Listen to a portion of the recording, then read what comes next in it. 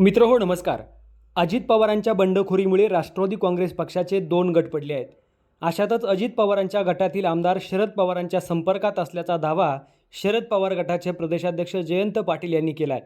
जयंत पाटील प्रसारमाध्यमांसमोर म्हणाले की अजित पवार यांच्या गटातील अनेक आमदार शरद पवारांच्या संपर्कात आहेत, परंतु मी त्यांच्या खोलात जाणार नाही, कारण त्यांची अडचण होऊ नये असं मला वाटतं.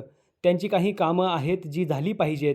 मी त्यांच्या मार्गात अडथळा निर्माण करणार नाही.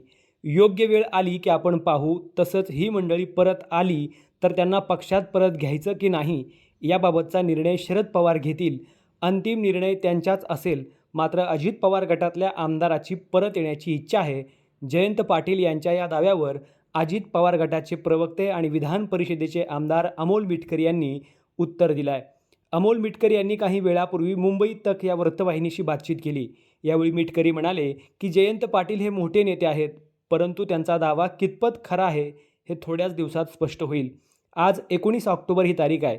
येत्या 25-26 ऑक्टोबरपर्यंत जयंत पाटलांचं वक्तव्य किती खरं आहे ते स्पष्ट होईल.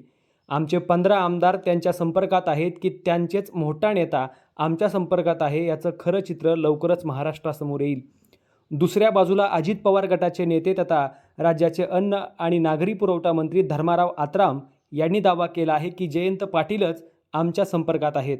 मंत्री आत्राम म्हणाले की आमच्याबरोबर एकूण 45 आमदार आहेत. सध्या कोणीही शरद पवारांच्या संपर्कात नाही. उलट त्यांच्याकडचे काही आमदार आमच्या वरिष्ठ नेत्यांच्या संपर्कात असून सध्या त्यांची बोलणी सुरू आहे. जयंत पाटील यांच्यासह 8 आमदार अजित पवार गटात येतील. दरम्यान धर्माराव आत्राम यांच्या दाव्यावर अमोल मिटकरी म्हणाले की आत्राम हे आमच्या पक्षातील ज्येष्ठ नेते आहेत, वरिष्ठ आहेत. ते जर असं काही म्हणाले असतील तर त्यांच्या बोलण्यात तथ्य असू शकतं. येत्या 5 ते 7 दिवसात महाराष्ट्रासमोरचा संभ्रम दूर होईल. कोणाचे किती आमदार कोणाच्या संपर्कात आहेत त्याबाबतचा संभ्रम नाहीसा होणार आहे. अमोल मिटकरी म्हणाले, शरद पवार यांनी गुरुवारी म्हणजेच 18 ऑक्टोबर रोजी लोकसभा निवडणुकीसाठी आढावा बैठक घेतली. या बैठकीला केवळ मानसिंह नाईक हे एकमेव आमदार उपस्थित होते. एकटे मानसिंह नाईक बैठकीला गेले असतील आणि त्यावरून जयंत पाटील यांना 15 आमदार शरद पवारांच्या संपर्कात असल्याचा कयास लावला असेल तर तो चुकीचा आहे. त्याचबरोबर मानसिंह नाईक हे मुळातच सुरुवातीपासून शरद पवारांच्या गटात आहेत.